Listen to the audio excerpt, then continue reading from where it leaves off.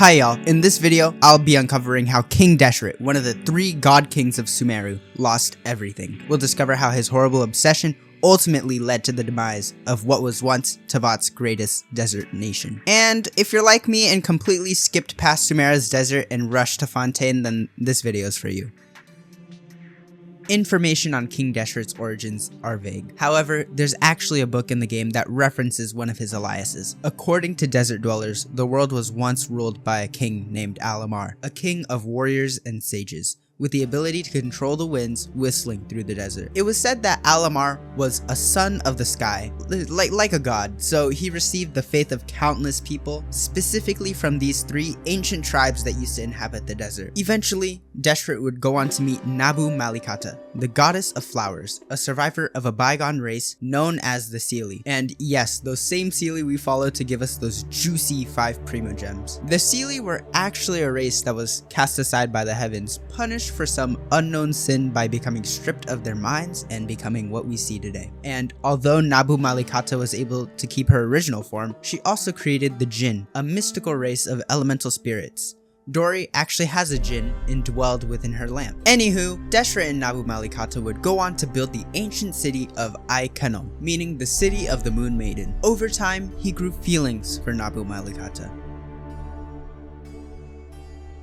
He only reveled in her immense charm and grace, and as misguided as such fervent affections might be, they were well within the calculations of the Lord of Flowers. She was well aware that Deshret had feelings, although it's unclear whether she reciprocated his feelings or not. Funnily enough, Greater Lord Rukkhadevata, the previous Dendro Archon, knew of their quote-unquote relationship before they ever became allies. By the time the Archon War came around, all 3 gods had become allies, ruling together as the 3 god kings of Sumeru. Each god king had their own will. Deshret was the authority, enforcing rules and casting judgment. Nabu Malikata provided banquet, that being entertainment and hospitality, and Greater Lord Rukkhadevata brought life and vitality to the land. Basically, Nabu was doing all the easy stuff while Deshret and Rukkhadevata were working their asses off. Anyways, at some point during this age of prosperity, Deshret turned down the gift of a gnosis, and by extension he turned down the gift of becoming a god, a true archon. Being the strongest out of the 3 god kings, it made sense for him to be chosen by Celestia as Sumeru's archon. However, he rejected the gift of the gods in order to pursue his own ambitions,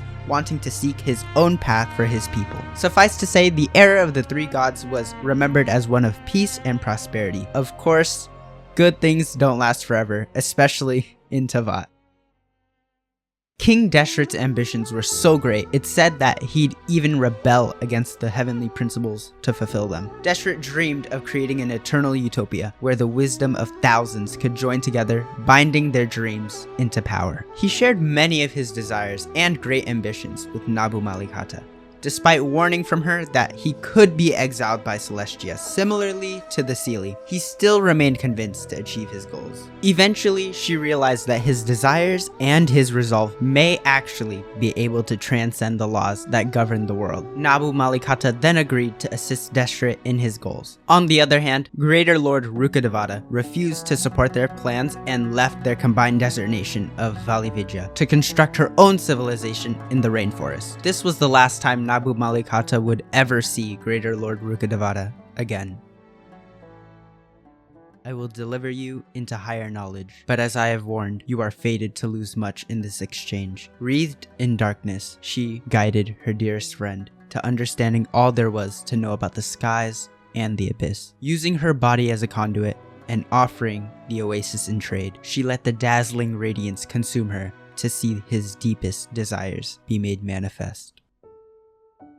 To help further Deshret's goals, Nabu Malikata made the ultimate sacrifice, giving him knowledge to achieve his dreams. King Deshret mourned her deeply. However, following her passing, the Jinn, followers of their creator Nabu Malikata, became Deshret's servants. He deceived them by claiming the goddess of flowers was in a slumber and that in exchange for their power, he'd help the Jinn find their god. In the end, after being unable to find their god, they built the orchard of Pairidaeza, an eternal oasis, as a cemetery for Nabu.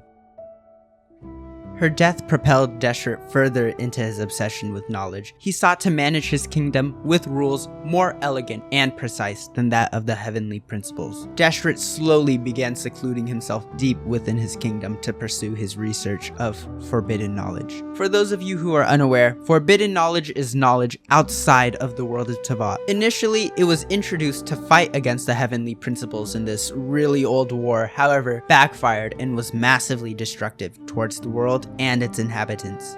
Thus did Alamar use 100 years and 100 years further to build a huge maze for his kingdom before trapping himself deep within it in search of forbidden knowledge and an elixir with which he might abandon his mortal form. Results of this research included the primal constructs we see all around the desert and a mechanism used to gather wisdom located within the Kaj Nisut. Following Gurabad's destruction, Deshret fell even further into his path of self-destruction. Quoted from the end of the Golden Realm, towering spires, golden temples were swallowed by a raging tide, and the halls and palaces became the abodes of the ragged poor. Gurabad fell to this black plague. Although I didn't really mention the city of Gurabad, just know it was a city founded after the goddess of flowers' death, and despite having a different ruler, it was heavily influenced by Deshret's will. If you'd like to know more about Gurabad's downfall, I recommend you watch Clementine's video on Gurabad. Not yet though, cause we're almost done.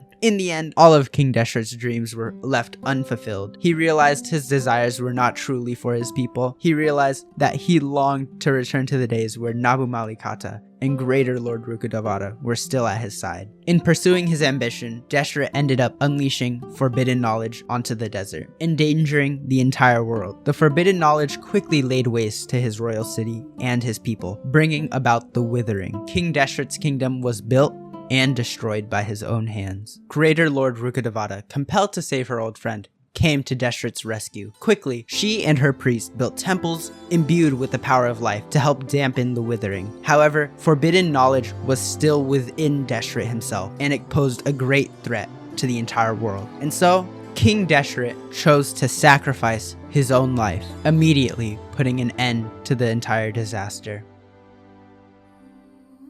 This is how perfection can be achieved. I can see the three of us debating in our paradise once more. We're so close, and I understand now. This is what I've always wanted. That which I have always longed to find once more has never been a paradise for the many.